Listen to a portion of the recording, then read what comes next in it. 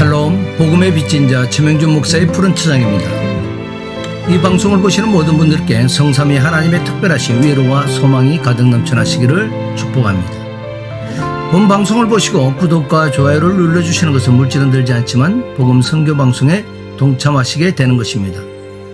또한 요한계시록 강의도 진행하고 있으니 많은 시청 바라겠습니다. 오늘은 창세기 제4강입니다. 가인과 아벨 그리고 노아의 방주에 대해서 말씀을 드리겠습니다. 3장에서 죄가 들어오자 창세기 4장 4절에서 어린 양으로 시작해서 계시록 22장 3절까지 어린 양으로 마치게 되는데, 불순종한 아담과 하와를 창세기 3장 24절에서 쫓아내시고 세월이 지난 후에 가인과 아벨은 제사를 드리게 됩니다. 그 중에 아벨은 4장 4절에 보니까 양의 첫 새끼를 제물로 제사를 드립니다.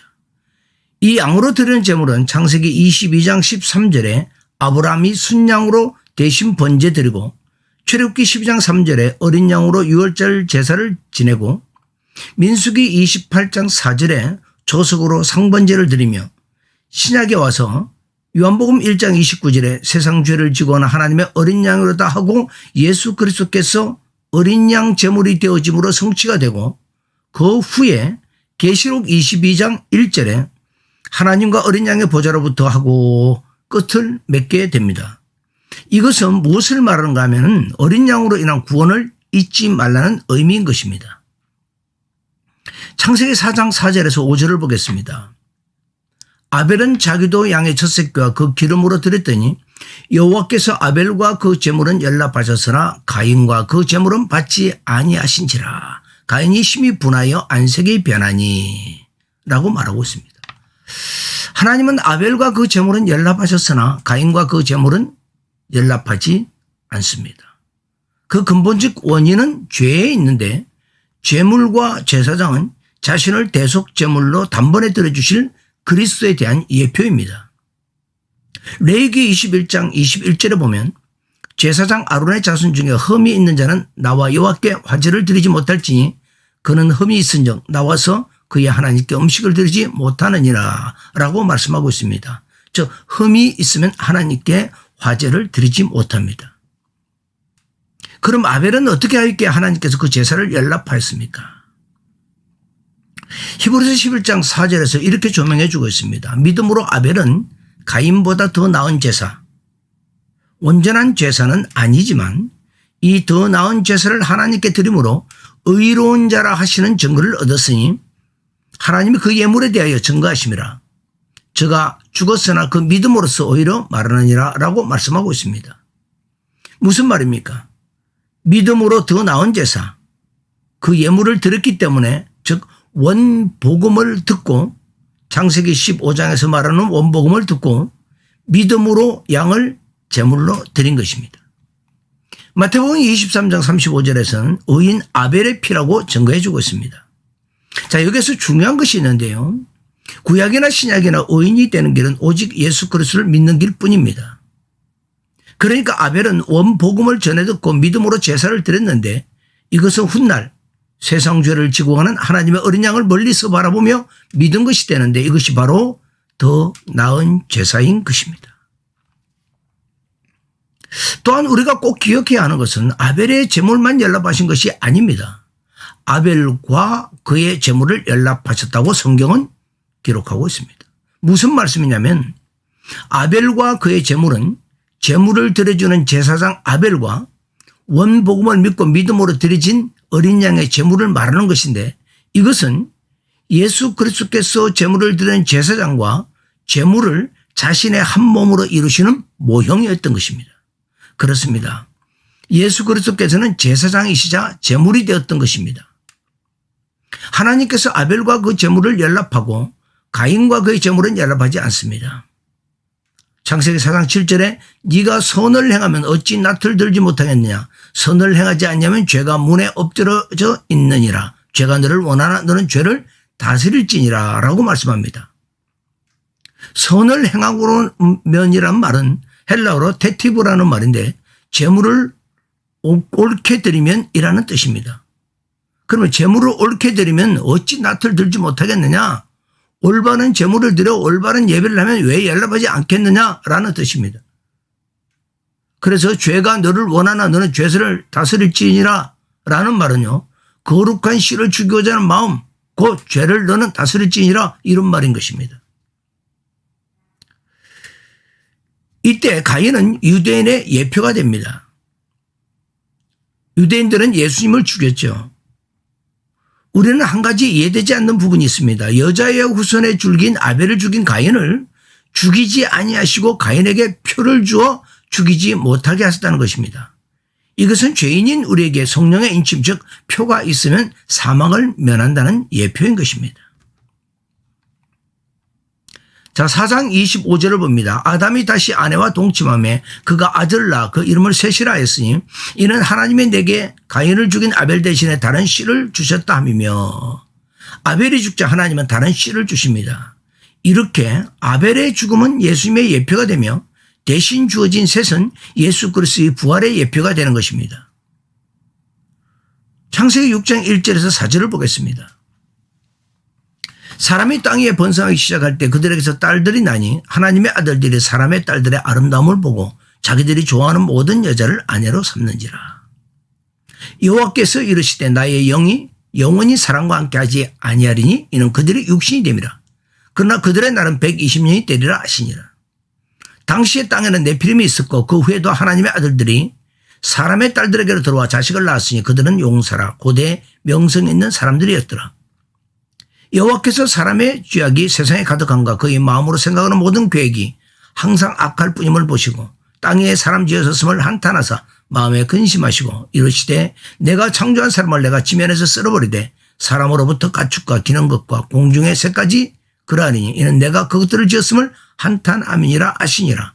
그러나 노아는 여호와께 은혜를 입었더라. 자, 여기에서 하나님의 아들들은 누구를 말하는 것입니까?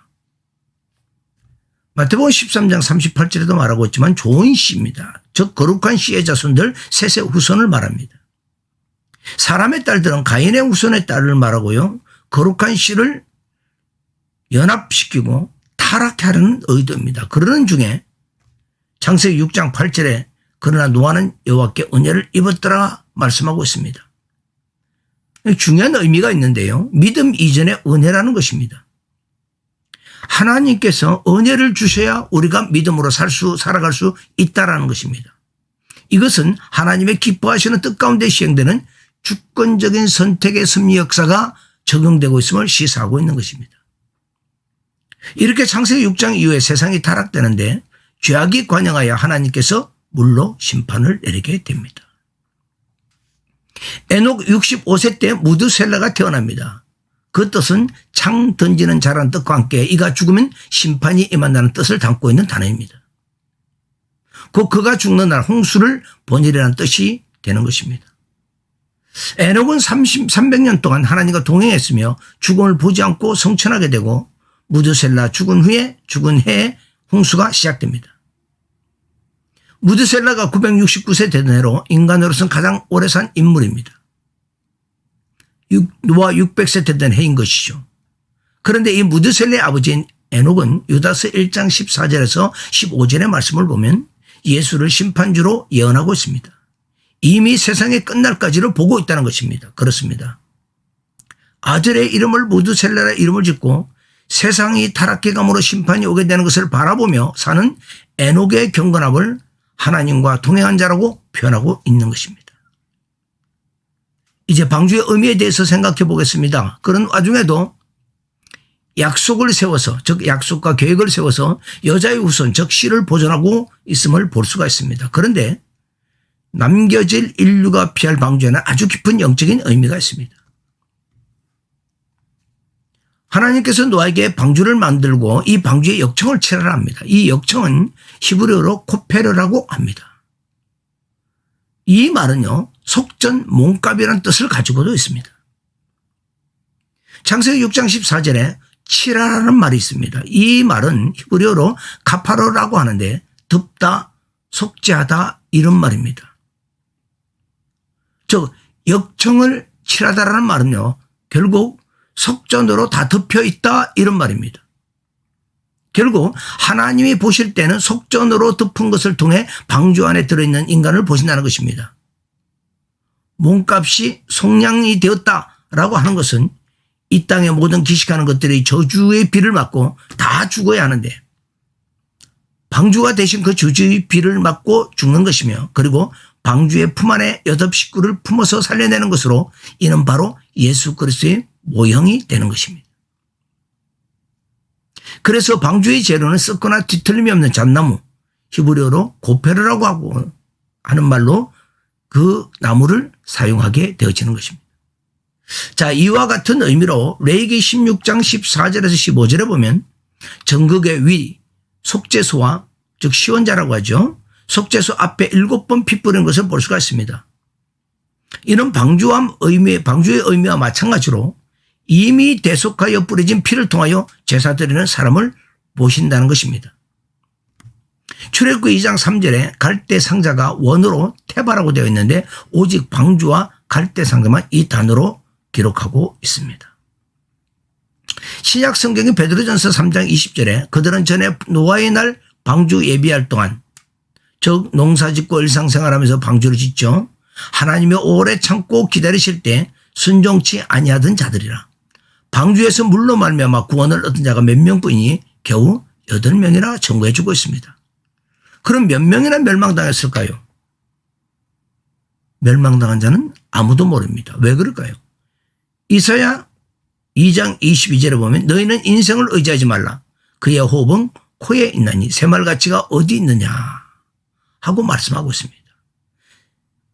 새말가치가 없는 인생이기 때문에 기록하지 않습니다. 중요한 것은 몇 명이 구원을 받아나는 것입니다.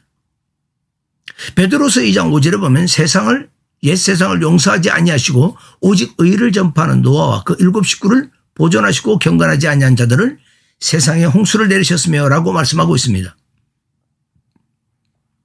120년 동안 하나님의 의를 전파한 사람 노아도 또 창세기 9장 20절에서 21절에 보면 노아가 농사를 시작하여 포도나무를 심었더니 포도주를 마시고 취하여 그 장막 안에서 벌거벗은지라. 의를 전파했던 노아가 술을 마시고 벌거벗고 있는 것을 보게 됩니다.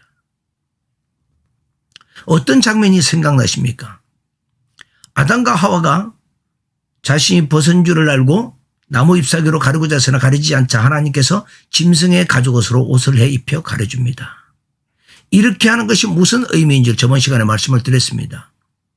이렇게 벗은 몸을 창세기 9장 23절에 셈과 야벳이 옷을 가져다가 자기들의 어깨에 메고 기끄러운 존 들어가 그들의 아버지의 하체를 덮었으며 그들의 얼굴을 돌이키고 그들의 아버지의 하체를 보지 아니하였더라.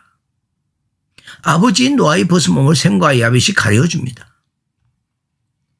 그런데 노아가 깨어나서 자신의 벗은 몸을 가려준 셈과 야벳을 축복하게 되는데 창세기 9장 26절에 또 이르되 셈의 하나님 여호와를 찬송하리로다. 가나안은 셈의 종이 되고 해서 셈의 하나님 여호와를 찬송하리로다 라고 합니다. 그의 벌거벗음을 가르친 자는 셈과 야벳이나 이것은 영적 의미가 있는 것입니다. 즉 우리의 수치를 가려줄 예수 그리스도가 셈의 계열에서 태어날 것을 바라보았기에 셈의 하나님 여호와를 찬송하고 있는 것입니다. 노아 홍수는 최후 심판의 예표입니다. 예수 그리스도의 재림도 세상 심판이 주 목적이 아니라 세상에서 고난받는 성도들을 영접하러 오시는 데 더 큰 목적이 있는 것입니다. 시편 30편 1절에 보면 다윗도 이와 같은 동일한 고백을 하고 있는데요. 허물의 사함을 받고 자신의 죄가 가려진 자는 복이 있다라고 말씀합니다. 그렇습니다. 노아나 다윗뿐 아니라 저와 여러분도 허물이 사함을 받고 죄가 가려졌다면 전심으로 나의 하나님을 찬송해야 하지 않을까요? 오늘은 여기까지 하겠습니다. 이 방송을 들으시는 모든 분들에게 우리 주 예수 그리스도께서 주시는 평강이 가득 넘쳐나시기를 축복합니다.